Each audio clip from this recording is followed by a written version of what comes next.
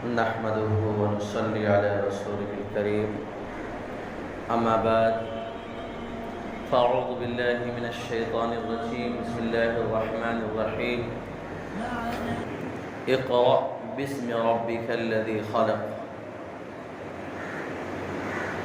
اللہ تبارک و تعالی نے نبی علیہ السلام پر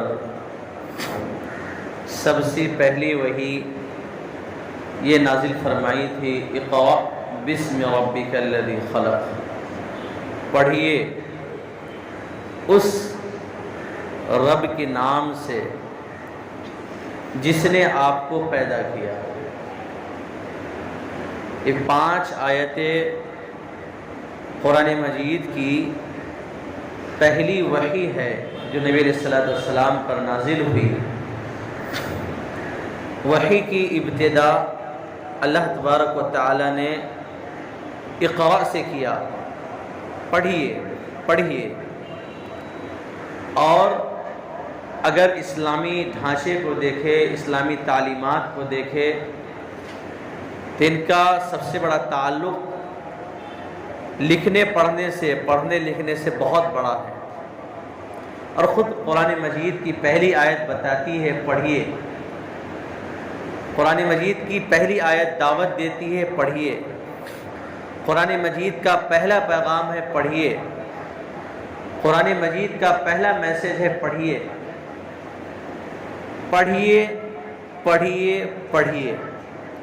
یہ قرآن مجید کا پہلا پیغام حضرت محمد صلی اللہ علیہ وسلم پر نازل ہوا وحی کی شکل میں۔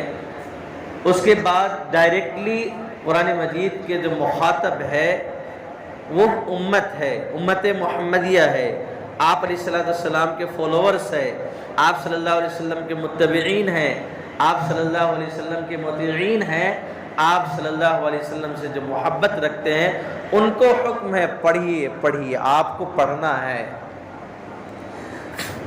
اللہ تعالیٰ نے جو پڑھیے کا لفظ فرمایا تو کس چیز کو پڑھنے کے لیے اللہ تعالیٰ نے کہا؟ اقرأ باسم ربک الذی خلق، قرآن پڑھنے کی بات تھی۔ وہاں وحی جو اصل تھی قرآن کی شکل تھی، وحی جو تھی اللہ کا پیغام تھا، اللہ کے پیغام کو پڑھیے۔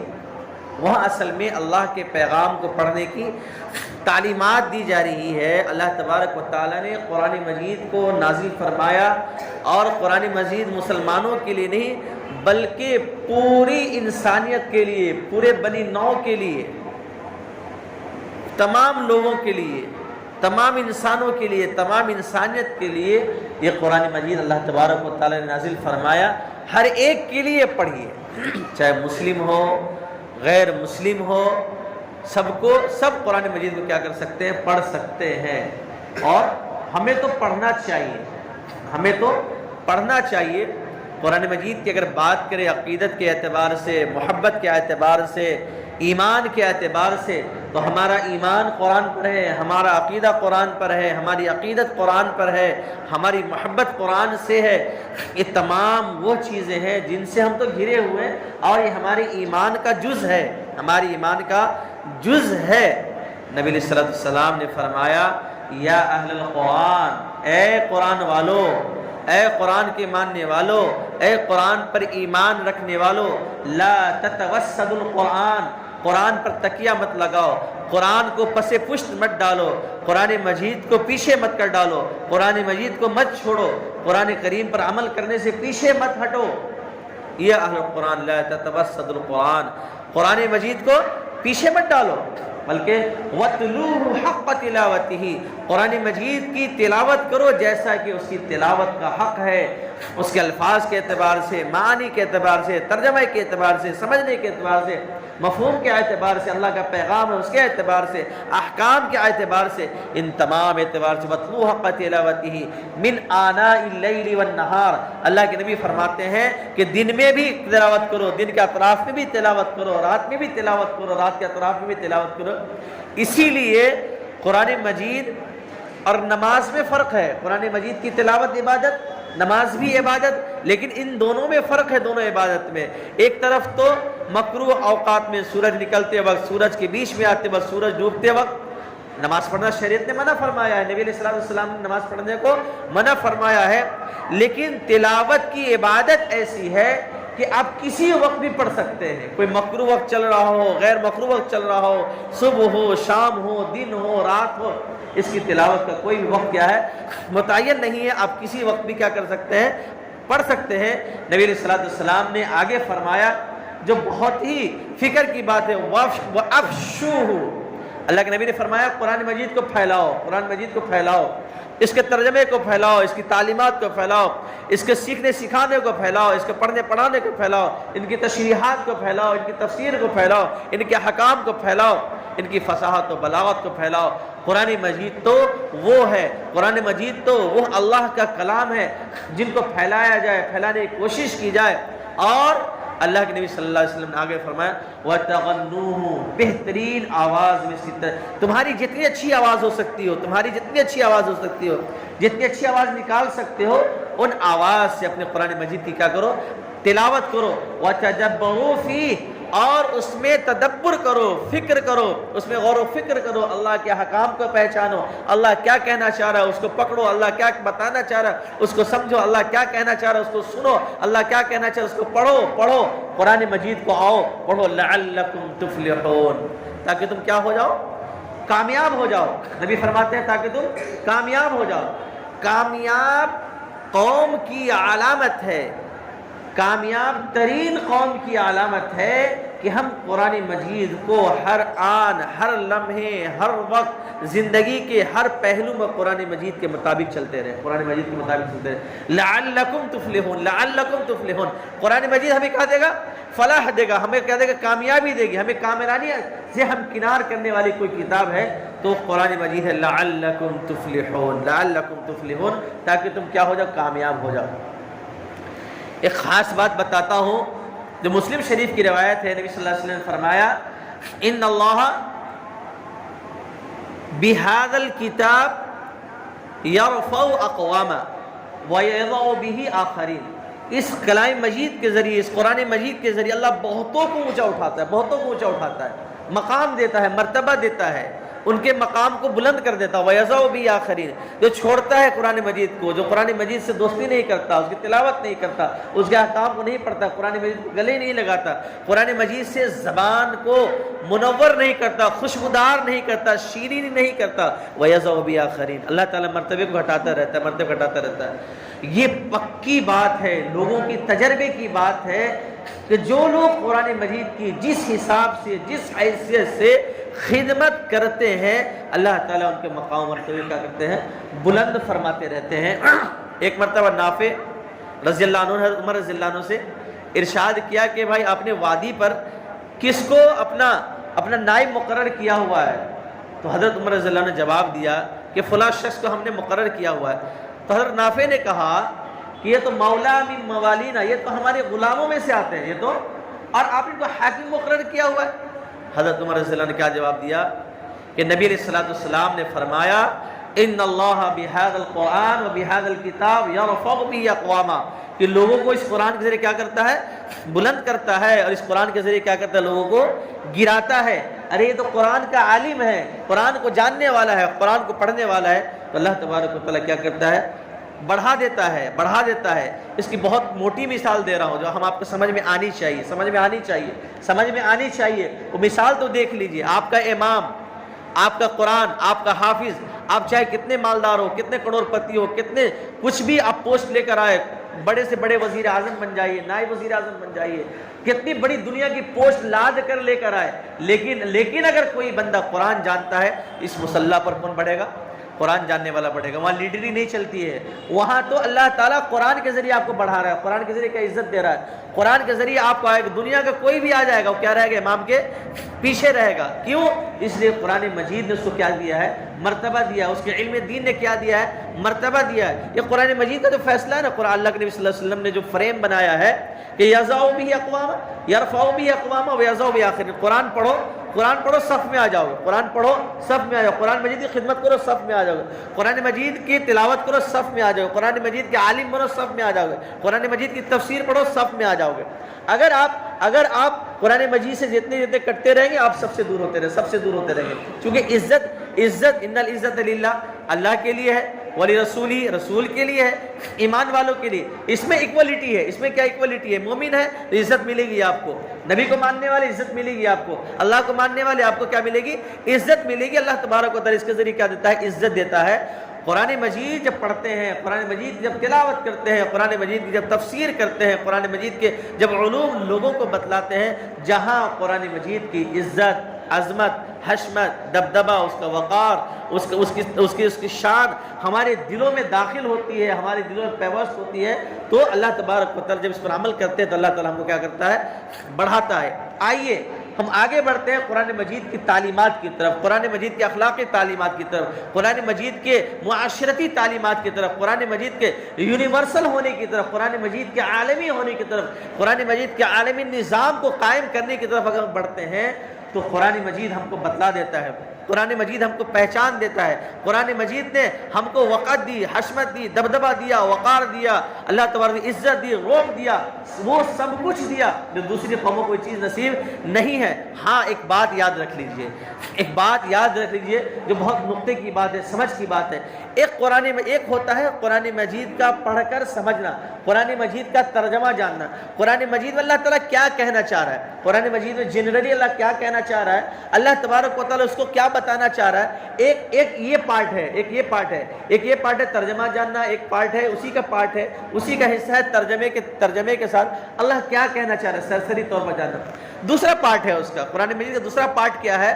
دوسرا پارٹ یہ ہے قرآن مجید کا ترجمہ جانو، قرآن مجید کی تفسیر جانو، قرآن مجید کے اندر احکام کیسے مستنبط ہوتے ہیں، قرآن مجید کا شان نزول کیا ہے، قرآن مجید کے معانی کیا ہے، قرآن مجید کے اندر جو خزانے چھپے وہ کیا ہے۔ تو پہلا پارٹ جو ہے یہ عام ہے، یہ جنرل ہے۔ کیا ہے؟ جنرل، کوئی بھی آدمی اس کو حاصل کر سکتا ہے، کوئی بھی آدمی اس کو حاصل کر سکتا ہے۔ ہمہ شمہ آپ میں سے، عوام میں سے، جنرل پبلک میں سے، جنرل لوگوں میں سے جو قرآن نہیں پڑھنا چاہتے ہیں، یہ پہلا پارٹ اختیار کر سکتے ہیں۔ بہت آسان ہے، پہلا پارٹ کیا ہے؟ بہت آسان ہے، صرف آپ کو ترجمہ پڑھنا ہے، صرف آپ کو قرآن جاننا ہے، قرآن کیا کہنا چاہ رہا ہے، اللہ کیا کہنا چاہ رہا ہے، میسج کیا دینا چاہ رہا ہے، اتنا پتہ چل جائے گا۔ کتنا؟ بس اتنا پتہ چل گیا تو بہت ہو گیا، نہ سے تو ہاں اچھا ہے، نہ سے تو ہاں اچھا ہے۔ پہلا پارٹ حاصل کر لے، پہلا پارٹ کیا کر لے؟ حاصل کر لے۔ جو سیکنڈ پارٹ ہے، اصل لوگوں نے کیا کہ دونوں کو ملا دیا، دونوں کو کیا ملا دیا، لیکن آپ سمجھیے پارٹ 1 کو سمجھ لیے ہوں گے، سیکنڈ پارٹ کو سمجھیے۔ سیکنڈ پارٹ میں کیا ہے؟ قرآن مجید کا ترجمہ، ڈائریکٹ ترجمہ، ڈائریکٹ، جو آپ کو ترجمے کی قرآن کی ضرورت نہیں پڑتی ہے، ترجمہ دیکھنے کی ضرورت نہیں پڑتی، ترجمہ جاننے کی ضرورت نہیں پڑتی، ڈائریکٹ قرآن کا ترجمہ کرنا، ڈائریکٹ، کوئی واسطہ نہیں۔ آپ عربی زبان کو اچھی طرح جاننے والے ہیں، ڈائریکٹ قرآن مجید کی تفسیر، آپ قرآن مجید کی تفسیر پر عبور رکھتے ہیں، ڈائریکٹ قرآن مجید سے مسئلے کا استنباط کرنا، یہ آپ فقہ کی اعلیٰ درجے قرآن اور حدیث پر عبور رکھتے ہیں، قرآن مجید سے فقہی مسائل کا استنباط کر کے لوگوں تک پہنچانا، یہ وہ لوگ ہیں جن کے سامنے پورا کا پورا قرآن ہے اور احادیث کا بہت بڑا ذخیرہ ہے، بہت بڑا ذخیرہ ہے۔ تو یہ جو سیکنڈ پارٹ ہے، یہ سیکنڈ پارٹ صرف اور صرف ان لوگوں کے لیے ہے جو علم دین کو مکمل طریقے سے عربی زبان کو، رموز و اوقاف کو، عربی زبان کی فصاحت کو، بلاغت کو، علوم صرف کو، علوم نحو کو، معانی کو، فصاحت کو، بلاغت کو اور ان کے استنباط کے طریقے کو، فقہ کو اور حدیث کے مجموعے کو، ان تمام چیزوں کو جب انسان حاصل کر لے گا تو سیکنڈ پارٹ والا جو سسٹم ہے یہ صرف علماء کے لیے ہے، یہ صرف محدثین کے لیے ہے، یہ صرف مفکرین کے لیے، یہ مدبرین کے لیے ہے۔ پہلے پارٹ نمبر 1 کمپلیٹ کیجئے، سیکنڈ پارٹ میں آئے تو ٹھیک، نہیں آئے تو ٹھیک، کم سے کم فرسٹ پارٹ تو آپ کو مل جائے گا۔ اسی لیے دونوں کو ملا کر کبھی پیش نہیں کیجئے گا۔ قرآن مجید کے 2 پارٹ ہے، ایک پارٹ میں صرف قرآن کا ترجمہ جاننا ہے، اللہ کیا کہنا چاہ رہے ہو جان لیجئے، بہت اچھی بات ہے۔ سیکنڈ پارٹ جو ہے یہ علماء کے لیے ہے اور علماء اس پر زمانے نبوت سے آج تک اور قیامت تک اس پر کام کرتے رہیں گے اور کرنے والے۔ تیسری ایک جو ہے جو بات چلتی ہے کریٹیسائز کی، کریٹیسائز آج کیا کرتے ہیں ہمارے مسلمان بھائی بھی کریٹیسائز کرتے ہیں کہ علماء نے کیا ٹھیکہ لے رکھا ہے دین کا، اصول قرآن کا، حدیث کا ٹھیکہ لے رکھا ہے۔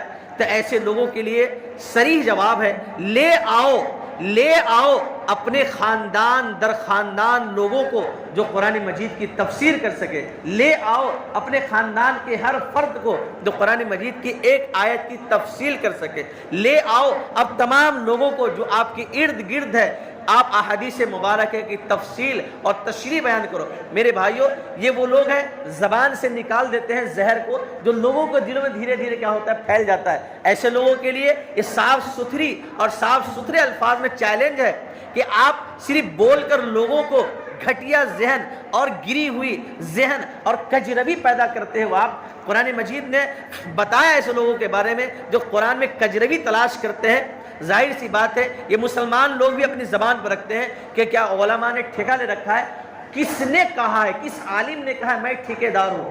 آج تک ایک عالم کا نام آپ بتا دیں، آپ کسی کا نام نہیں بتا سکتے۔ آپ عالم کی صف میں آؤ، علم سیکھو، علوم نبوت سیکھو، علوم قرآن سیکھو، علوم حدیث سیکھیے، علوم بلاغت سیکھیے، تمام تر علوم کو حاصل کیجئے۔ آپ کو کون روکتا ہے عالم بننے کے لیے؟ کون روکتا ہے مفسر بننے کے لیے؟ کون روکتا ہے محدث بننے کے لیے؟ کون روکتا ہے مفتی بننے کے لیے؟ لیکن اس طرح کی زہر افشانی، اس طرح کے لوگوں کے ذہن و دماغ کو خراب کرنا یہ یقینی بات ہے آپ اپنے آپ سے علماء سے دور کر رہے ہیں اور لوگوں کے ذہن کو کیا کر رہے ہیں، خراب کر رہے ہیں۔ یہی وجہ ہے کہ آج ہر نادان شخص گوگل عالم کے پاس جا کر ان سے سوال کرتا ہے کہ بتاؤ گوگل قرآن کی تفسیر کیا ہے، بتاؤ گوگل اس کی تفصیل کیا ہے، بتاؤ گوگل یہ فتویٰ کیا ہے۔ وہ شیعہ کا فتویٰ اٹھا کر، یہودیوں کا فتویٰ اٹھا کر، نصرانیوں کا فتویٰ اٹھا کر وہ سینہ ٹھوک کر کہتا ہے میں تو حدیث پر عمل کر رہا ہوں، میں تو فقہ کو جانتا ہوں، آپ تو کچھ بھی نہیں جانتے۔ دو مسئلے کو جاننے سے عالم ہو جاتا تو سارے لوگ عالم ہیں یہاں پر۔ کیا آپ کو وضو کے فرائض معلوم نہیں؟ کیا قرآن نماز پڑھتے نماز کے فرائض معلوم نہیں؟ سب کو معلوم ہے، لیکن آپ اپنے آپ کو عالم نہیں کہتے، بلکہ عالم بھی اپنے آپ کو عالم کہنے سے گھبراتا ہے، ڈرتا ہے۔ میرے بھائیوں، ہم جب بیان کرتے ہیں تو سوچتے ہوں کہ بہت آسان چیز ہے، نہیں، بہت بھاری ہے، سوچنا پڑتا ہے ہمیں کیا بیان کرنا ہے، کیسے بیان کرنا ہے۔ لگتا ہے آسان، ہر چیز دور سے آسان لگتی ہے، اس پر بیٹھ کے دیکھو تو پتہ چلتا ہے۔ میرے بھائی، عالم بننا، عالم بنے شوق سے، میں دعوت دیتا ہوں، میں سب کو دعوت دیتا ہوں، عالم بنیے۔ عالم بننا کسی ایک کے لیے، اماموں کے لیے، خطبہ کے لیے، مدرسے والوں کے لیے خاص نہیں ہے۔ آپ انجینئر بھی عالم بن سکتے ہیں، پینٹ شرٹ پہن کے بھی عالم بن سکتے ہیں، آپ اگر ٹائی لگاتے ہو تو ٹائی لگا کر بھی عالم بن سکتے ہو، بنیے، کوئی مسئلے کی بات نہیں ہے، عالم بنیے، ایک عالم صادق بنیے، ایک امانت دار عالم بنیے، ایک لوگوں کو لے کر چلنے والی عالم بنیے، ایک سیدھی راہ دکھلانے والی عالم بنیے، مضبوط عالم بنیے، علم حاصل کیجئے، علم پختگی حاصل کیجئے۔ کیوں؟ اس لیے کہ آج کا زمانہ جو ہے اسپیشلائزیشن کا زمانہ ہے، لوگ اسپیشل تلاش کرتے ہیں، اسپیشل بنیے، عالم بنیے۔ آپ بھی لوگوں کے سامنے صحیح طریقے سے مسئلے کو رکھیے، آپ کی بات سنی جائے گی، لیکن اس طرح زہر افشانی کرنا یہ ہمارے معاشرے کے لیے ہے، خطرے کی گھنٹی ہے، خطرے کی چیز ہے میرے بھائیو، اس لیے ادھر دھیان نہیں دینا چاہیے۔ بات اصل ہماری یہ چل رہی ہے قرآن مجید کی جو تعلیمات ہے، اگر ہم یونیورسل لیول پر بات کرتے ہیں تو تنہ تنہا تمام مذاہب میں، تنہ تنہا تمام میسجوں میں یہ قرآن مجید کا ایک ایسا میسج ہے جو یونیورسل میسج دیتا ہے، یونیورسل برادرہڈ کا میسج دیتا ہے، وہ قرآن مجید ہے۔ انما المؤمنون اخوہ، اللہ تعالیٰ فرماتے ہیں کہ تمام کے تمام ایمان والے کیا ہے، بھائی بھائی ہے، تمام کے تمام ایمان والے بھائی بھائی ہے۔ یہ دیکھیے، یہ اللہ تعالیٰ نے جو رشتہ جوڑا ہے، رشتہ ایمان کے اعتبار سے جوڑا ہے۔ ابھی لوگ اس کو بھی ملا دے رہے ہیں، کیا کہتے ہیں، سب آدم کی اولاد ہے اور آدم کی اولاد ہونے کے بعد سب بھائی بھائی ہے۔ ارے میرے بھائی، کیوں قرآن مجید کو خلط ملط کر رہے ہو، کہاں لے کر آ رہے ہو؟ اللہ تعالیٰ نے فرمایا ایمان والے بھائی بھائی ہے۔ یہ میسج بتاتا ہے کہ جب ایک بندے کو، ایک بھائی کو کانٹا چبھ جائے تو اگر کوئی دنیا کے اس کنارے پر ہو، دوسرا دنیا کے اس کنارے پر ہو، تو اس کی چبھن اس ایمان والے کو بھی محسوس ہونی چاہیے۔ اللہ تبارک و تعالیٰ کی یہ منشا ہے۔ نبی صلی اللہ علیہ وسلم نے جو فرمایا کہ ایمان والے سب بھائی بھائی ہے، وَكُونُوا عِبَادَ اللَّهِ إِخْوَانًا، بھائی بھائی ہو جا۔ اس کا مطلب یہی ہے، يَشُدُّ بَعْضُهُمْ بَعْضًا، بعض کے لیے كَأَنَّهُمْ بُنْيَانٌ مَّرْصُوصٌ، بعض کے لیے بھائی کا یہ مطلب ہوتا ہے کہ آپ یکجٹ ہو جائیے، آپ اتحاد قائم کر لیجئے۔ وَاعْتَصِمُوا بِحَبْلِ اللَّهِ جَمِيعًا، ایک کامن جنرل اللہ تبارک و تعالیٰ کا پیغام ہے کہ تمام کے تمام لوگ کیا ہے، تم بھائی بھائی ہو، تمام کے تمام ایمان والے ہو، کہ ایک جٹ ہو کر رہو، ایک جگہ ہو کر رہو، ایک چیز پر قائم رہو۔ یا اہل کتاب تعالوا الی کلمۃ سواء بیننا، کہ تمام کے تمام ایک پلیٹ فارم پر ہو کر رہو۔ یہ ایمان کا کیا ہے، تقاضا ہے، قرآن کا تقاضا ہے، احادیث مبارکہ کا تقاضا ہے۔ یہ اللہ تبارک و تعالیٰ یونیورسل مسلمانوں کو میسج دے رہا ہے۔ اگر ہم تمام لوگوں کی انسانیت کی بات کریں تو اللہ تبارک و تعالیٰ نے فرمایا من قتل نفسا بغیر نفس او فساد فی الارض فکأنما قتل الناس جميعا. اگر کوئی آدمی، یہاں نہ مسلم کی بات ہے، نہ غیر نان مسلم کی بات ہے، نہ یہودی کی بات ہے، نہ نصرانی کی بات ہے، اگر کوئی نفسا بغیر نفس، اگر کسی نے کسی کو قتل کر دیا، فکأنما قتل الناس جميعا، اس نے فساد کے اعتبار سے، فتنے کے اعتبار سے، امن خراب کرنے کے اعتبار سے، امن و آشتی کو بگاڑنے کے اعتبار سے، نفرت پیدا کرنے کے اعتبار سے ایسا ہے جیسے اس نے پوری دنیا میں آگ لگا دی. اگر کسی نے کسی کو قتل کر دیا، ناحق قتل کر دیا، فَكَأَنَّمَا قَتَلَ النَّاسَ جَمِيعًا، تمام انسانیت کو گویا اس نے کیا قتل کر دیا. یہ ایسا یونیورسل نظام اللہ تبارک و تعالیٰ نے بتایا، یہ ایسا یونیورسل سسٹم اور میسج اللہ تبارک و تعالیٰ نے بتایا کہ اگر دنیا والے اس کو مان لے اور مانتے ہیں، اگر اس پر عمل کرنے لگے تو دنیا میں امن و آشتی کی ہوا چلنے لگے گی، کوئی کسی سے پریشان نہیں ہوگا. آئیے ہم قرآن مجید کے بارے میں بتاتے ہیں. قرآن مجید ہم کو کہاں کہاں لے کر جاتا ہے، قرآن مجید ہم کو کیا پیغام دیتا ہے، کیا تعلیمات دیتا ہے معاشرتی اعتبار سے، عدل و انصاف کے اعتبار سے.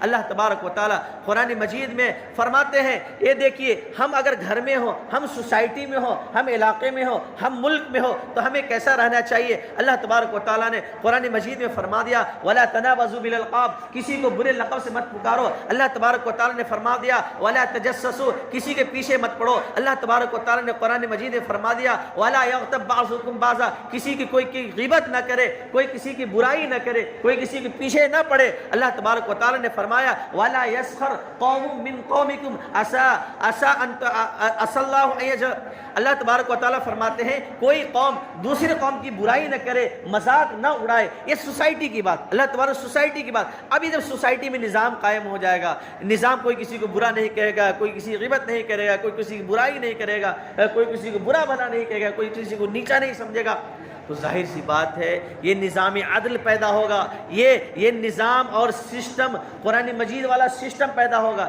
یہ دیکھ لیجئے، یہ جو ایک اللہ کا نظام ہے، اللہ کا قانون ہے، اللہ کے قوانین ہے. یہ قوانین تو مسلم ہے، یہ قوانین تو کیا ہے؟ مسلم ہے. سب لوگ اگر اس قوانین پر آ جائے، ان اعمال پر آ جائے، تو ظاہر سی بات ہے کسی حکومت کو جبری طور پر اپنے احکام کو نافذ کرنے کی ضرورت بالکل نہیں پڑے گی. اللہ تبارک و تعالیٰ نے فرمایا کہ وَالسَّارِقُ، اگر کوئی چوری کر لیتا ہے تو فَاقْطَعُوا أَيْدِيَهُمَا، اللہ تعالیٰ نے قرآن مجید میں فرمایا کہ ہاتھ کو کاٹ دو.